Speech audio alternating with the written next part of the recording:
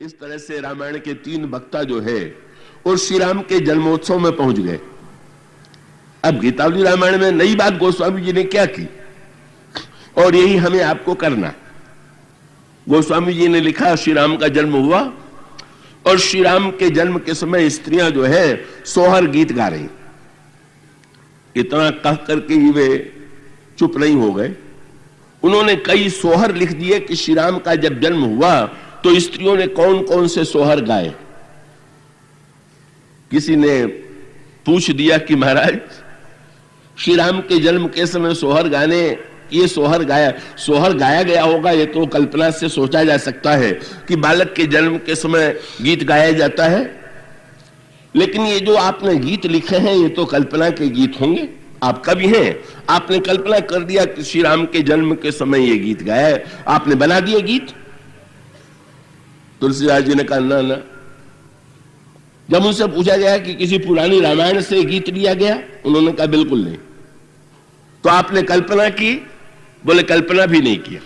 तब बोले ये गीत बिल्कुल मैं अच्छी तरह से जानता हूं कि जब प्रभु का जन्म हुआ तो यही गीत गाए गए। आपको कैसे पता चल गया? तुरंत गोस्वामी जी जो उत्तर देते हैं वही गीतावली का आनंद है। अरे गोस्वामी जी ने कहा तह तुलसी हूं मिली गायऊ, उन गाने वालियों में मैं स्वयं था, मुझसे अधिक कौन जानेगा कि कौन सा गीत गाया गया। इसका अर्थ क्या हुआ कि श्री राम के जन्म में दशरथ कौशल्या ही अगर सम्मिलित हुए और आप सम्मिलित नहीं। गोस्वामी जी कहते हैं ना जब प्रभु का जन्म होता बड़ी चतुराई कर बैठे। क्या दशरथ शंकर जी ने कहा मैं भी था, काकभूषण जी ने कहा मैं भी था, याज्ञवल्क्य जी ने कहा मैं भी था। पर गोस्वामी जी ने धीरे से कहा कि महाराज आप लोग तो सड़कों पर घूम के आनंद ले रहे थे, मैं तो भीतर चला गया और भीतर जाकर के स्त्रियों में सम्मिलित होकर के मैंने तुलसीदास के स्थान पर अपने को तुलसी बना लिया और मैंने खूब गाया गीत। इसका अभिप्राय, इसका तात्पर्य यह है कि भाई हम भगवान की लीला को कि या तो हम स्वयं त्रेता युग में स्वयं अपने आप को पहुंचा दें और या त्रेता युग के प्रभु को हम अपने युग में ले आवें। अगर ये 2 बात हम कर सकें तो रामायण हमारे लिए केवल रामायण और हमारे बीच में दूरी न रह करके वो हमारे आपके जीवन का सत्य हो जाएगी। रामचरितमानस में भी लिखा हुआ है भगवान राम बालक के रूप में दशरथ जी के मंगल भवन अमंगल हारी द्रौ सो दशरथ अजुर बिहारी। अभी मिश्र जी ने पाठ कराया। महाराज दशरथ के आंगन में श्री राम नाच रहे हैं, बिहार कर रहे हैं।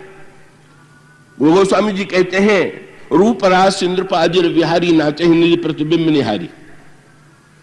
कवितावली रामायण में भी लिखने लगे भगवान राम नाच रहे हैं, भगवान राम बिहार कर रहे हैं।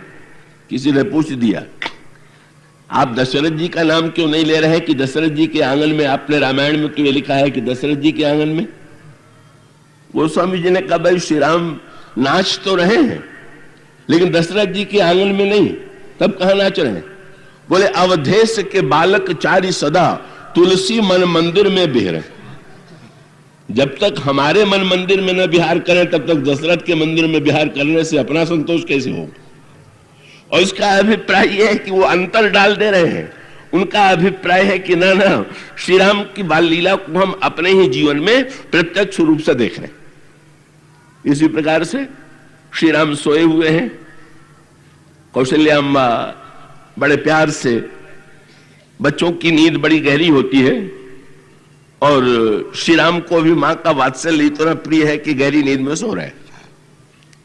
मां बड़े प्रेम से आकर के जगाने लगी और श्री राम को का आंखें खुलने के बाद भी कब कुछ ऐसी दिव्य लीला करते हैं कि फिर कि जैसे बालक जगाने पर भी आंख मूंद ले थक जाए, इसी प्रकार से वे आंखें मूंद लेते हैं, उठ नहीं रहे। सो कौशल्या जी तो उठा ही रही थी।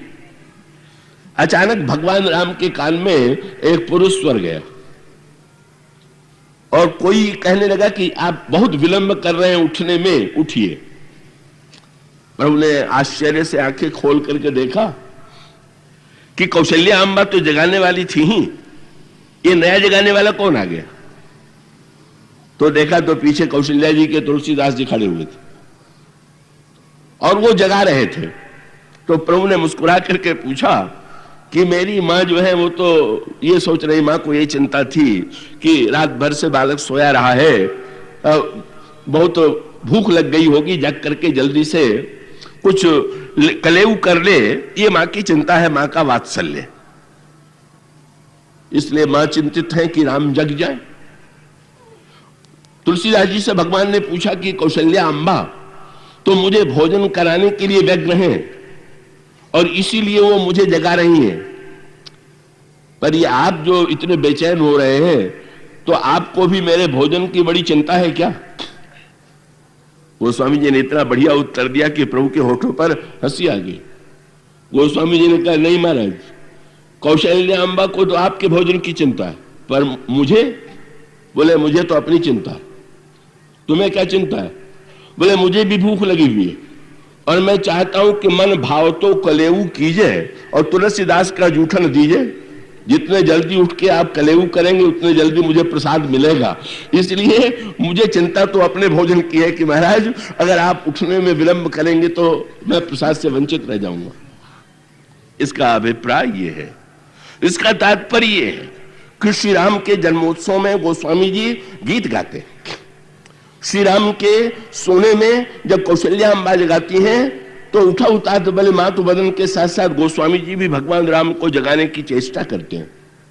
कब भगवान राम जब होली खेलते हैं गीतावली रामायण में तो गोस्वामी जी कहते हैं कि भगवान राम ने होली खेलने के बाद स्नान किया, स्नान करने के बाद उन्होंने दान दिया। पूछ दिया किसी ने, किसको क्या दान दिया? गोस्वामी जी ने कहा, भाई इतना दान दिया कि मैं किसका किसका नाम बताऊं कि किसको क्या दिया।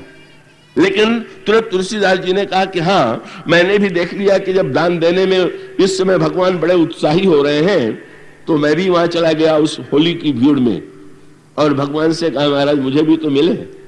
क्या मांग लिया आपने? गोस्वामी जी कहते भगत ही दान तब मांग लिए। इसका मूल तत्व ये हुआ, ये जो दृष्टांत दिए गए इसका अभिप्राय ये है कि जो भक्त है वो केवल भगवान राम के चरित्र को भूतकाल में नहीं देखता है, का वो प्रत्यक्ष देखता है और देखता ही नहीं है, भगवान की इस लीला में स्वयं को सम्मिलित करता है। तो हम जिस शैली में आपके सामने कथा रखना चाहते हैं, हमारी भी इच्छा यही कि आप केवल इसे इतिहास के भूतकाल के सत्य के रूप में अगर पढ़ते हैं तो बहुत अच्छी बात है, उसमें भी बड़ा लाभ है, लेकिन हम लोग इस लीला में स्वयं अपने को सम्मिलित करें और अपने को सम्मिलित करने की जब चेष्टा करेंगे तो हम ऐसा अनुभव करेंगे कि रामायण का जितना इतिहास है, रामायण की जितनी घटनाएं हैं का उन जीवन की घटनाओं से वो जुड़ी हुई हैं। आज भी हमारे जीवन में उसी की आवश्यकता। तो भाई एक सूत्र तो ये है कि सुंदरकांड में जनकनंदिनी सीता की खोज है। अब ये जनकनंदिनी सीता की खोज जो है ये त्रेता युग का ऐतिहासिक सत्य है, पर त्रेता युग के इतिहास के साथ साथ वो शाश्वत सत्य है, का भूतकाल का भी सत्य है, वर्तमान का भी सत्य है और भविष्य का भी सत्य बना रहेगा। और वो सत्य क्या कि श्री सीता जी तक पहुंचना केवल हनुमान जी के लिए ही आवश्यक नहीं, वस्तुतः श्री सीता जी की खोज में संसार का प्रत्येक व्यक्ति लगा हुआ है। और जब तक श्री सीता जी तक व्यक्ति पहुंच नहीं जाएगा, जब तक हम और आप भी श्री सीता जी के चरणों में प्रणाम नहीं करेंगे, मां की कृपा और मां का आशीर्वाद प्राप्त नहीं करेंगे। हनुमान जी ने एक वाक्य कहा था, जब जनकनंदिनी सीता ने उन्हें प्रसन्न होकर के आशीर्वाद दिया तो हनुमान जी के मुंह से जो वाक्य निकला उस पर आपका ध्यान गया। हनुमान जी कहते हैं, अब कृतकृत्य भयऊं मैं माता, मां अब मैं कृतकृत्य हो गया। ये शब्द आपने विद्वानों महात्माओं के भाषण में बार बार सुने होंगे कि जीवन का अंतिम लक्ष्य है कृतकृत्य हो जाना, और कृतकृत्य शब्द का अर्थ जो है उसे भी आप भली बात जानते होंगे। कभी व्यक्ति को न जाने कितने कर्म करने पड़ते हैं, जब कुछ पाना चाहेगा तो करना भी पड़ेगा। कृतकृत्य हो जाने का अभिप्राय यह है कि जब कुछ पाने की जीवन में पाना शेष न रह जाए और पाना शेष रह जाने के पाना जब कुछ शेष नहीं रहा तो मानो उस व्यक्ति के जीवन में कर्म की समाप्ति हो गई। तो ऐसी स्थिति में कृतकृत्यता हनुमान जी अनुभव करते हैं जनक नंदिनी सीता के पास पहुंच करके उनका आशीर्वाद पाने के बाद। तो ये जो बंदरों के द्वारा श्री सीता जी की खोज है और उस यात्रा में बड़ा जो सुंदर सांकेतिक क्रम है कि श्री सीता जी को पाने के लिए जितने भक्त हैं वे भी उत्सुक हैं, सारे बंदर भी उत्सुक हैं। और इतना ही नहीं, एक दूसरा पक्ष भी है कि रावण हर दृष्टि से श्री राम के विरुद्ध आचरण है, पर श्री सीता जी को पाने की तीव्रतम आकांक्षा रावण के जीवन में भी विद्यमान है। रावण खलनायक है, बुरे से बुरा व्यक्ति है, और श्री हनुमान जी और रामायण के अन्य पात्र जो है उच्च कोटि के भक्त हैं। तो इसका अभिप्राय यह हुआ कि जो बुरे से बुरा व्यक्ति है उसका भी लक्ष्य सीता जी को पाना, और जो अच्छे से अच्छा व्यक्ति है उसका भी लक्ष्य सीता जी को पाना। पर रावण के मार्ग से चल करके जब श्री सीता जी को पाने की कोई चेष्टा करता है तो उसको यह भ्रम हो तो जाता है कि मैंने सचमुच सीता जी को पा लिया। पर क्या रावण जनक नंदिनी सीता की कृपा प्राप्त करने में समर्थ हुआ क्या? नहीं। रावण ने सीता जी को सांकेतिक भाषा में कहें तो यूं कह सकते हैं कि रावण ने श्री सीता जी का हरण किया, लंका में ले जा करके उनको बंदिनी बनाया, राक्षसियों में उनको उसने बैठाया, और भय और लोभ के द्वारा श्री सीता जी को अपनी ओर आकृष्ट करने की चेष्टा करता हुआ रावण दिखाई देता है। एक बार विलोक ममोरा, ये रावण का आग्रह है। पर रावण वंचित रहा, और वंचित ही नहीं रहा, रावण ने इस उपलब्धि की चेष्टा में अपना विनाश कर लिया। तो भाई इसका तात्पर्य यह हुआ कि श्री सीता जी का पाना तो प्रत्येक व्यक्ति का उद्देश्य है, प्रत्येक व्यक्ति का लक्ष्य है, पर हम पहले निर्णय कर लें कि हम रावण के मार्ग से चल करके उन्हें पाना चाहते हैं कि हनुमान जी के मार्ग से, भक्तों के मार्ग से चल करके हम उनकी कृपा पाना चाहते हैं। रावण के मार्ग से चलेंगे तो ऐसा लगेगा कि हमने जल्दी पा लिया, पर हम पाएंगे नहीं, खो देंगे। और जब हम हनुमान जी के मार्ग से चलेंगे तो सच्चे अर्थों में हम केवल हनुमान जी के मार्ग से चलें, हनुमान जी के साथ चलें, और अगर हनुमान जी के साथ न चल सके तो कम से कम समुद्र के किनारे बंदरों में बैठे ही रहें। चलिए जरूर, चलना बंद मत कीजिए। कब भगवान श्री राघवेंद्र, अब देखे संकेत आता है, भगवान श्री राघवेंद्र के चरणों में बंदर आकर के प्रणाम कर रहे हैं और जा रहे हैं सीता जी का पता लगाने के लिए। श्री हनुमान जी ने अंत में प्रणाम किया और प्रभु ने पास में बुला लिया, हनुमान जी के सिर पर अपना करकमल रख दिया, अपनी मुद्रिका हनुमान जी को दे दिया, और हनुमान जी को आदेश दिया, बहु प्रकार सीता ही समुझायहु, कहीं बल बिरह बेग तुम आयो। बहुत प्रकार से श्री सीता जी को समझाना और मेरे बल और विरह का वर्णन करके तुम चले आना। पढ़ करके इतना विचित्र लगता है कि अगर भगवान श्री राम को यह पता ही है कि एकमात्र हनुमान जी ही श्री सीता जी के पास पहुंचेंगे, तो ये इतने बंदरों को दौड़ाने और चारों तरफ भ्रमण कराने की क्या आवश्यकता है? सबको रोक देते, कह देते तुम लोगों के बस का ये काम नहीं है। हनुमान जी से कह देते और हनुमान जी जाते और श्री किशोर जी के पास पहुंच करके संदेश ले आते। तो एक और तो काल में कह रहे हैं कि तुम्हें ये काम करना, और दूसरे और सारे बंदरों को आदेश दे रहे हैं जाकर के पता लगाओ।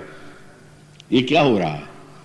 इसका अंतरंग तात्पर्य ये है कि ये बंदर भले ही पहली यात्रा में उस लक्ष्य तक न पहुंच पाए, समुद्र के किनारे रुक गए हो, समुद्र को पार करने की क्षमता उनमें न हो, लेकिन अंत में इन बंदरों में से प्रत्येक बंदर ने सीता जी को पा लिया कि नहीं पा लिया, उसकी एक सांकेतिक भाषा है। तो ये रामायण की भाषा को समझने के लिए उसके अंतरंग में प्रवेश की आवश्यकता। हनुमान जी तो समुद्र को लांग करके छलांग लगा के चले गए, पर बेचारे बंदर छलांग लगाने में समर्थ नहीं। कुछ महापुरुषों की छलांग इतनी लंबी होती है कि वो एक ही छलांग में मां के निकट पहुंच जाते हैं। श्री हनुमान जी उन्हीं दिव्य भक्तों में है। लेकिन संसार के अगणित व्यक्तियों में यह सामर्थ्य तो नहीं है। पर सामर्थ्य न होने का अभिप्राय यह नहीं है कि हम कर्म करना बंद कर दें, साधना करना बंद करें, प्रयत्न करना बंद कर दें। इन दोनों के सामंजस्य की बड़ी अपेक्षा है जीवन में। कुछ लोग कर्म करते हैं और भगवान की आवश्यकता नहीं समझते, और कुछ लोग भगवान को जब चाहते हैं, भगवान को जब मानते हैं, तो लोग ये सोचते हैं कि जब भगवान ही सब कुछ है तो हमें कुछ करने की आवश्यकता नहीं। सामंजस्य क्या है कि भगवान की कृपा और जीव की साधना, महत्व तो किसका है, साधना का कि कृपा का? तो भाई कृपा ही सब कुछ है। पर कृपा ही सब कुछ होते हुए भी कृपा का अर्थ ये नहीं है कि आप साधना से विरत हो जाएं, प्रयत्न और चेष्टा से विरत हो जाएं। अगर कृपा का ये अर्थ आपने ले लिया तो ठीक अर्थ नहीं लिया। वो तो बड़ी कृपा की आवश्यकता इसलिए है कि कभी कभी ऐसे जीवन में अवसर आते हैं कि जब व्यक्ति अपने प्रयत्न और पुरुषार्थ से समस्या का समाधान नहीं ढूंढ पाता। रावण की समस्या का समाधान देवता मुनि जो है नहीं ढूंढ पाए, और जब हम समाधान न ढूंढ पाए तो हमें जीवन में भगवान की आवश्यकता। और यही हुआ, ब्रह्मा ने और देवताओं ने मिलकर के भगवान की प्रार्थना की, और जब प्रार्थना किया तो आकाशवाणी हुई, जनि डर पहु मुनि सिद्ध सुरेशा, तुम ही लागी धरी हो नरवेशा, अंसन सहित मनुज अवतारा, लई हो दिनकर वंश उदारा, कश्यप आदित्य महातप कीन्हा, तिन कह मैं पूरब बर दीन्हा, ते दशरथ कौशल्या रूपा, कौशलपुरी प्रकट नर भूपा, तिनके गृह अवतरी हूं जाई, रघुकुल तिलक सुचारु भाई, हरि हो सकल भूमि गरुआई, निर्भय हो देव समुदाय। वो जब आकाशवाणी देवताओं ने सुनी बड़े प्रसन्न हुए, पर प्रसन्न होने के बाद उन पर प्रभाव क्या पड़ा? गोस्वामी जी ने देवताओं पर मीठा व्यंग्य कर दिया, और ये देवताओं के बहाने हम सभी लोगों पर व्यंग्य है। वो क्या? गगन ब्रह्म वाणी सुनि काना, तुरंत फिरे। ये कहते कि ब्रह्मा की वाणी सुनकर के देवता लौट गए तो कोई आश्चर्य नहीं था, पर लौटने के साथ गोस्वामी जी ने एक शब्द जोड़ दिया, तुरंत फिरे। ये तुरंत शब्द माने एक तो होता है कि कोई शांति से जाए, और एक ऐसा है कि इतना उतावला हो जाए कि बिल्कुल भाग दौड़ मच जाए कि कितने जल्दी पहुंच जाए। तो जब आकाशवाणी देवताओं ने सुना तो सब में भागने की होड़ लग गई। और होड़ क्यों लग गई? जब देवताओं के को जो भाग रहे थे उसका मूल उद्देश्य क्या था, उसके पीछे भावना क्या थी? देवताओं ने मन में प्रसन्न होकर सोचा कि चलो सारी समस्या का समाधान मिल गया। भगवान स्वयं कह रहे हैं मत डरो, भगवान स्वयं कह रहे हैं कि हम अवतार लेकर के पृथ्वी का भार दूर कर देंगे, तुम लोग निर्भय हो जाओ। जब भगवान स्वयं कह रहे हैं तो चलो हम लोग चल करके स्वर्ग में अप्सराओं का नाच देखें, खूब अमृत पिए, भोग विलास में डूब जाएं। अब हमें तो कुछ करने ही नहीं है, सब भगवान को ही करना। तो जब देवताओं की भगदड़ देखा ब्रह्मा ने तो बुलाया, बोले इधर तो आओ। क्यों? बोले भगवान ने जो कहा है कि ये करने वाले हैं तो ठीक है, पर तुम्हें क्या करना है इस पर भी तुमने विचार किया? अब वो मुझसे सुन लो। बड़े आश्चर्य से देवताओं ने कहा महाराज हम लोगों को भी कुछ करना पड़ेगा क्या? जब भगवान कह रहे हैं कि अवतार लेकर के सारा भार दूर कर देंगे तो हम लोगों को क्या करना है? ब्रह्मा ने मुस्कुरा करके कहा नहीं, अरे भले मानुसो, भगवान के रूप में पृथ्वी का भार थोड़ी दूर करेंगे। भगवान स्वयं कह रहे तुम्हें लागी धरियो नर वेशा, देवताओं घबराओ मत, तुम्हारे लिए हम मनुष्य का वेश बनावेंगे, नर बनेंगे। तो ब्रह्मा ने कहा भले मानुसो, जब ईश्वर से नर बन रहा है तो तुम कम से कम बानर तो बन जाओ। तो तुम जब तक इस दोनों को जोड़ोगे नहीं, तुम्हें भी करना है, तुम्हें भी बानर बनना है। तो नर और बानर का ये संग, ये जो सांकेतिक भाषा है, नर रूप में भगवान की साक्षात कृपा और बानर रूप में प्रयत्न और साधना, इन दोनों के सामंजस्य की अपेक्षा भगवान जब सारे बंदरों को जाने देते हैं तो इसका अभिप्राय यह है कि निष्क्रियता नहीं, प्रयत्न करें। आगे बढ़ने की चेष्टा करें, सीता जी को पाने की, सीता जी को खोजने की चेष्टा करें। पहली यात्रा में नहीं होगा तो कोई बात नहीं है। एक बार ये यात्रा, फिर अंत में बेचारे बंदर समुद्र के किनारे बैठे हुए थे, का उन्होंने तो समुद्र नहीं पार किया, सीता जी का दर्शन उनको नहीं मिला, सीता जी का आशीर्वाद भी उनको नहीं मिला। लेकिन एक बात तो बहुत बढ़िया बात हुई, क्या कि जब हनुमान जी लंका से लौट करके आए तो बंदरों ने कहा, महाराज हम प्रत्यक्ष रूप से भले ही न जा पाए हो, पर कम से कम आप यदि कथा सुना दीजिए तो कथा के माध्यम से उस पूरी यात्रा का एक आनंद तो हम ले लें। सुनते हैं हम, सुनने का अर्थ ये होता है कि कम से कम उस आनंद का अनुभव हमारे जीवन में सुन के हो। प्रत्यक्ष करके हुआ हनुमान जी के जीवन में, बंदरों ने सुना। और कथा सुनने से लाभ कितना हुआ? सबसे कथा का सबसे विलक्षण अर्थ किसने लिया? अंगद ने। क्या किया? सारे बंदरों को लेकर के जब किष्किंधापुरी के पास अंगद पहुंचे तो नगर के बाहर सुग्रीव जी का बड़ा विशाल बाग था। अंगद ने तुरंत बंदरों से कहा, सुग्रीव जी के पास पहले चलने की आवश्यकता नहीं, पहले हम लोग भूखे हैं और चल करके वाटिका का खूब फल खा लेंगे, उसके बाद सुग्रीव से बाद में मिलते रहेंगे। बंदर निश्चिंत हो गए, वाटिका में घुसे, वृक्षों के फल तोड़ करके खाने लगे। वो जो वाटिका के रक्षक थे वो बिगड़ खड़े हुए, उन्होंने रोका, किसकी आज्ञा से तुम फल खा रहे हो? ये सुग्रीव की वाटिका है, तुम इस प्रकार के अंधकार चेष्टा मत करो। अंगद ने और बंदरों ने पिटाई कर दिया रक्षकों की। क्या ये अंगद ने जो पिटाई कर दिया, ये फल खा लिया, उसका उद्देश्य क्या था? अंगद से पूछा गया कि महाराज आप बिना सुग्रीव से मिले पहले ही सुग्रीव की वाटिका का फल खाने के लिए जो कह रहे हैं और ये पहरेदारों की पिटाई कर रहे हैं, इसका उद्देश्य क्या? अंगद ने यही कहा कि तुमने अभी हनुमान जी की कथा नहीं सुना? जब हनुमान जी को भूख लगी और उन्होंने मां की कृपा से रावण की वाटिका का फल खा करके भूख मिटा लिया, तो हम लोगों ने भी तो कथा सुनी है, कम से कम हम लोगों की भूख जो है वो भी तो मिटनी चाहिए। कोई डरने की आवश्यकता नहीं।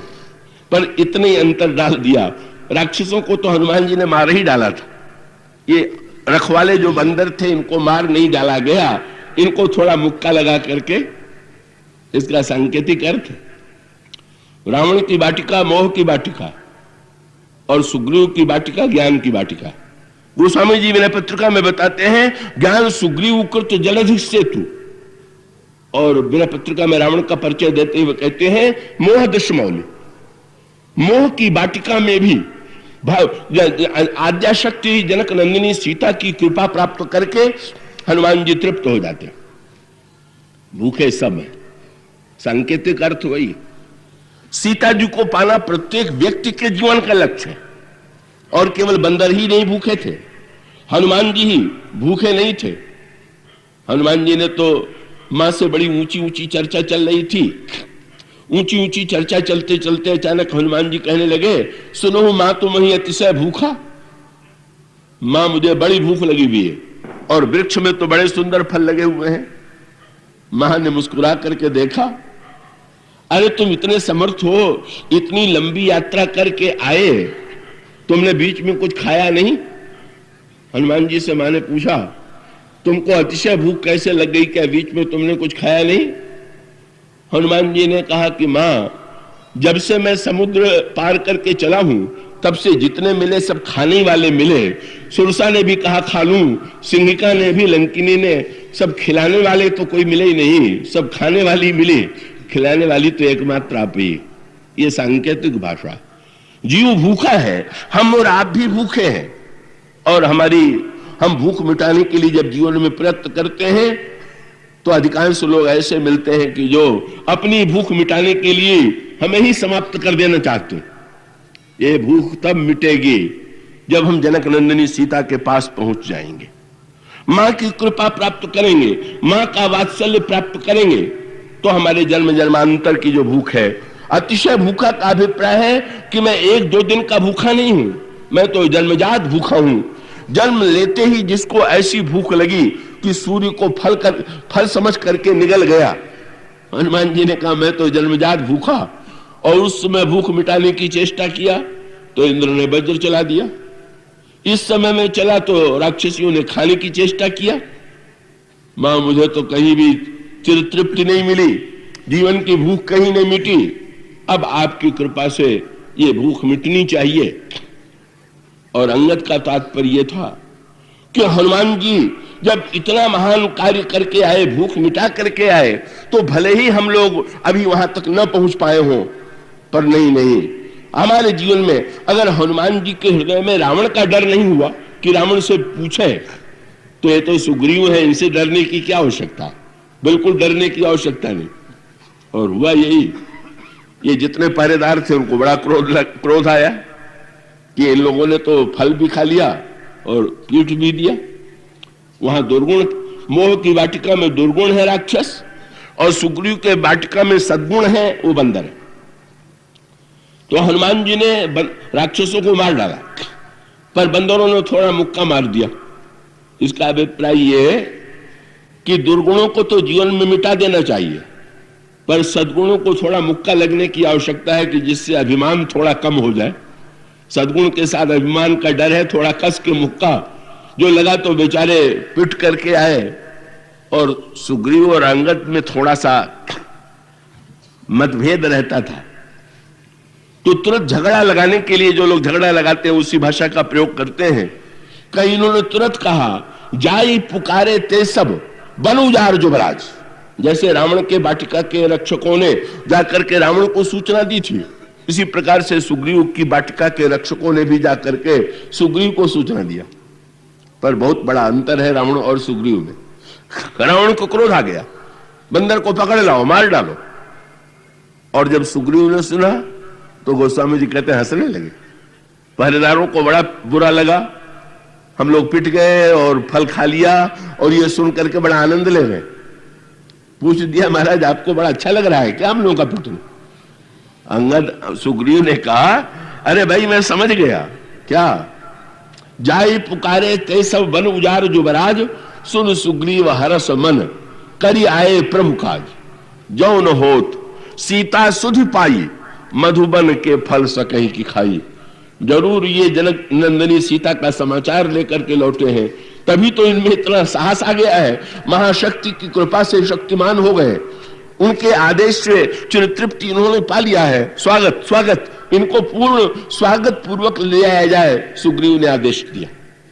सांकेतिक भाषा वही है, और उसका अभिप्राय, उसका तात्पर्य है कि प्रत्येक बंदर भले ही उस पहली यात्रा में सफल न हुआ, लक्ष्य तक न पहुंच पाया, लेकिन संत की महिमा क्या है।